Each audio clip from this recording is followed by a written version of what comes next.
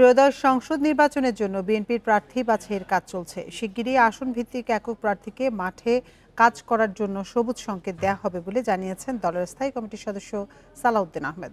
তার মতে নির্বাহী আদেশে নিষিদ্ধের চেয়ে আওয়ামী লীগের বিরুদ্ধে সরকারের মামলা করা উচিত। বান্ডেল থাকলে প্রতি সেনমানিতে টাকা বাঁচবে।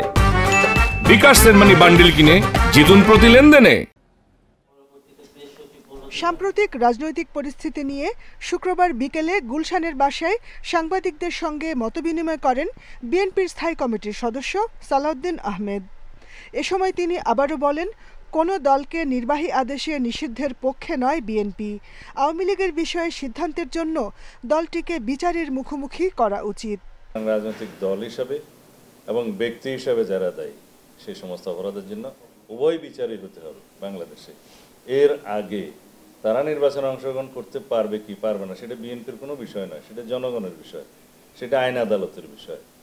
আদালতেই আমরা এখনো মনে করি সরকারের খুব দ্রুত আওয়ামী লীগের বিরুদ্ধে রাজনৈতিক দল হিসেবে বিচারের আওতায় নিয়ে আসা আওয়ামী লীগের বিরুদ্ধে মামলা দায়ের করা উচিত।